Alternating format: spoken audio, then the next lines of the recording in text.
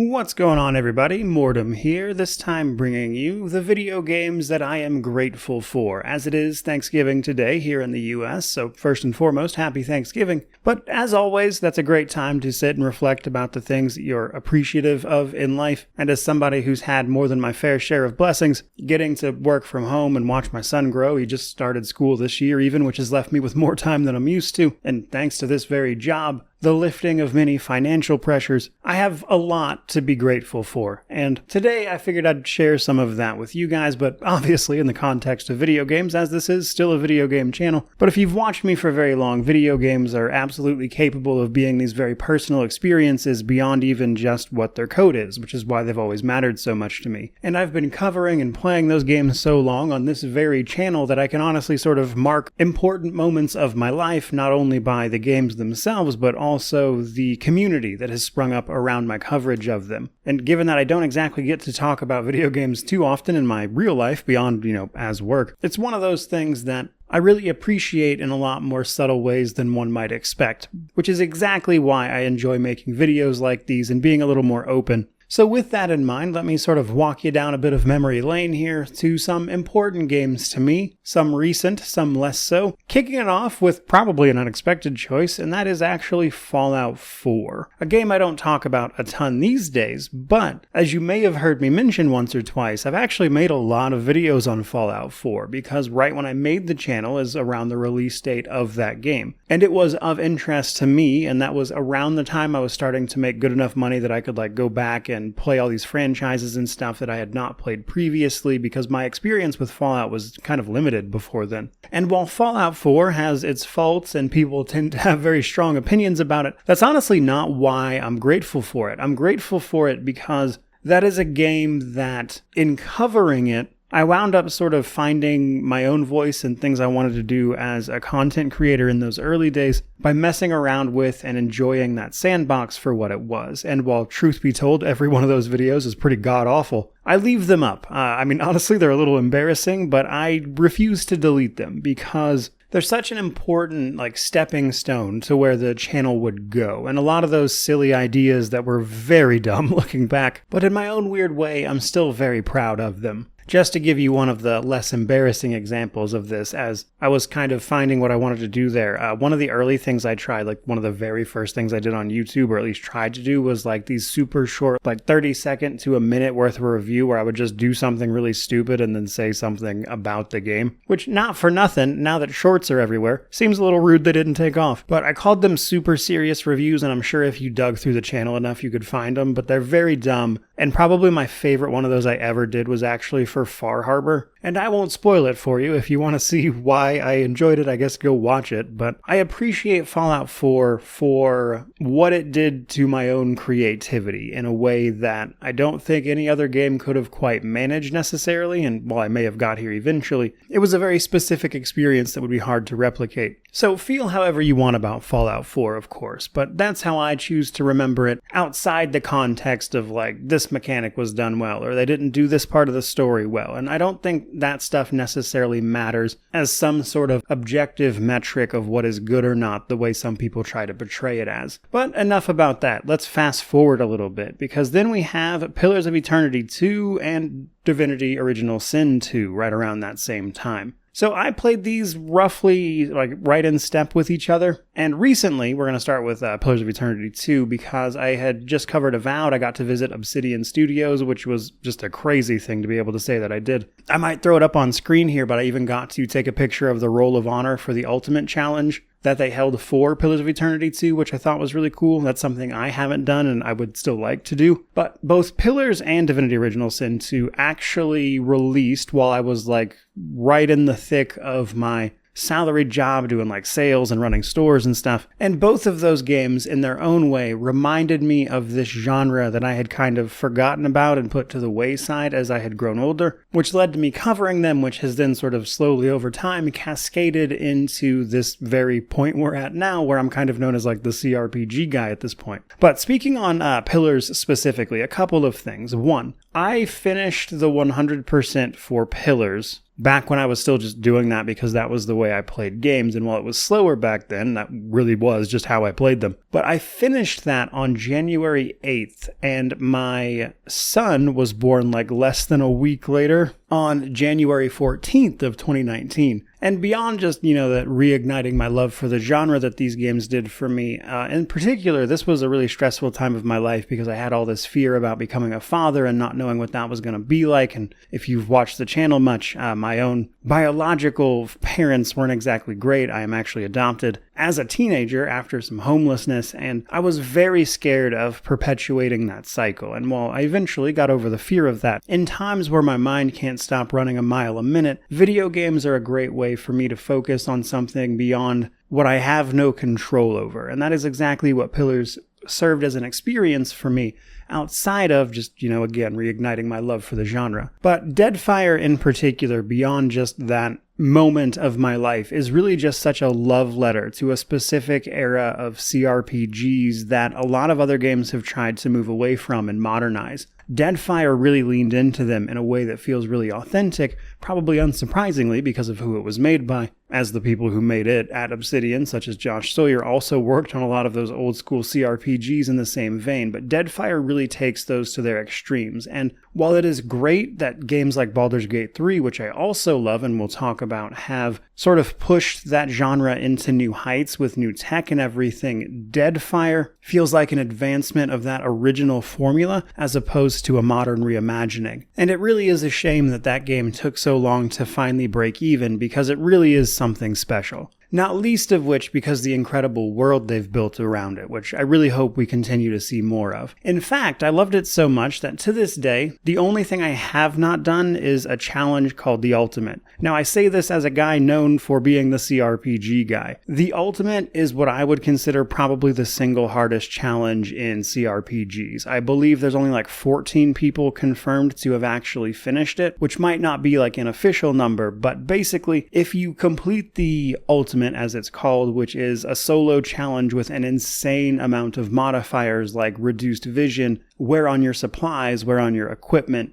amped up enemies that really shouldn't be able to be defeated much at all, while also having to protect a small child, but you have to then plan around. It's a nonsense challenge. And in the 5 years since it was announced, 14 people have finished it. Now, personally, I would love to be the 15th. Completing that is actually on my bucket list of CRPG things to do as a YouTube channel, because finishing that to me really feels like it would be such a great send-off to a great game. But ultimately, we'll see what happens. Then on the flip side of that, right around that same time, was Divinity Original Sin 2. Now, I finished the last few achievements for the 100% on this like a month after I finished Pillars 2, which makes sense because I was on paternity leave at that point. Got about 6 weeks off from my job, and while it's an important time to be home, you do also kind of have a lot of downtime. Newborns mostly just sleep. And, make no mistake, there's a lot to do, but, in between those things, you also got to stay busy.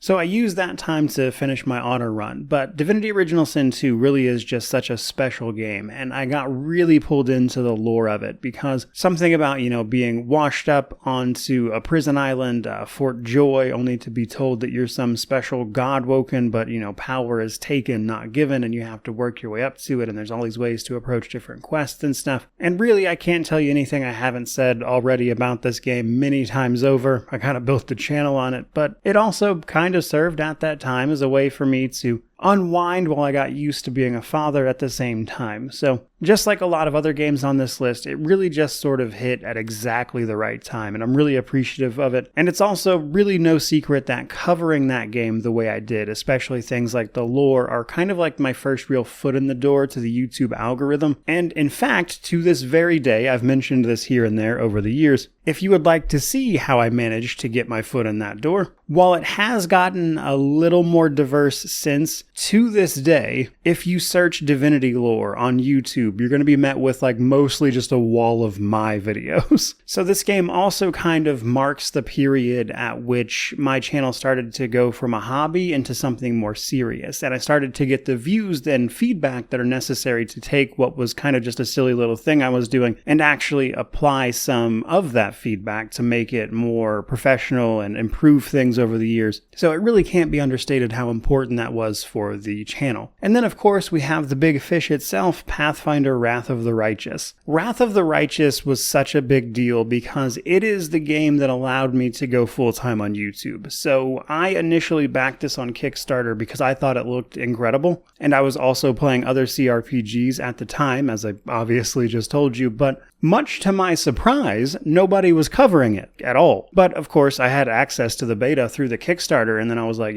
I could probably just cover this. So I did, and almost immediately, people were super into my videos on that. So I started covering just like all the mechanics and how they were adapting Pathfinder to this, which also kind of helped that I enjoyed Pathfinder. But covering that game so extensively, in large part because of the response that covering it got, eventually led to right around the launch of that game finally being the big push that I needed to step into this full time, because at that point YouTube was paying me more per month than my actual job was, and while I had stepped away from salaried work to focus on taking care of my son in the wake of COVID and stuff, it was still definitely not insignificant. So it was a pretty wild time, and considering that Wrath of the Righteous only very recently got its final content update, it's a game that you likely know my familiarity with very well, but wildly, believe it or not, Wrath of the Righteous, as much as I've covered and played it, is actually only my second most played single-player game. It still is behind Skyrim. And as much as I love to talk about all these games and what they meant to me at different points in my life, I can quite literally say that I probably would not be doing this for a living if it was not for Wrath of the Righteous. And while it's certainly fun to talk about what ifs, there is probably no more singularly important game to this channel, and as a result, my own success, than Pathfinder Wrath of the Righteous. Gotta give it its due all day, every day. Which, truth be told, my preference for that type of game is probably exactly why I still love it a little bit more than Baldur's Gate 3. But let's get into Baldur's Gate 3, the sort of elephant in the room. It was such a delight to see a genre that had largely been very sparsely covered up until BG3 finally get its due in a very popular mainstream way. That comes with its own questions and concerns, of course, but I thought that was very, very cool to see personally. And what's more, as many of you may already know, Baldur's Gate 3 and my coverage of that game was so big that it wound up paying off my house. Now, I had bought a house previously with my older jobs, so I already owned it when I started doing YouTube full time, but I made so much from covering BG3 because those videos got so many views and everybody was so into it that it literally is responsible for paying off my house. All of that can be tied directly to the money I made off of that game, which is obviously a huge impact to anybody's life, especially since it has afforded me a great deal of financial freedom as a result. And while I'm certainly not what anybody would consider rich, because I've got all this stuff paid off, I'm actually able to cover not only, these games that I love, but also cover games in a way that is not strictly motivated by money. I think it's pretty immediately obvious that I don't really engage in a lot of the stuff that other YouTubers engage in. The shocked face thumbnails, the pre-roll ad integrations that I personally hate watching. I don't have to do any of that stuff, and I've always went to great lengths to avoid having to do so. And while I certainly wasn't ever going to accept any of those things anyway, it's great to be in a position where nothing about those or any amount of money they could offer me is ever really going to ever cross my mind as something worth my time, because I've been fortunate enough with covering games like BG3 that I'm able to do this purely for the love of the game, as it were, and not because I need to. And that is one of, I think, the biggest things you could ask for in a creative space like this,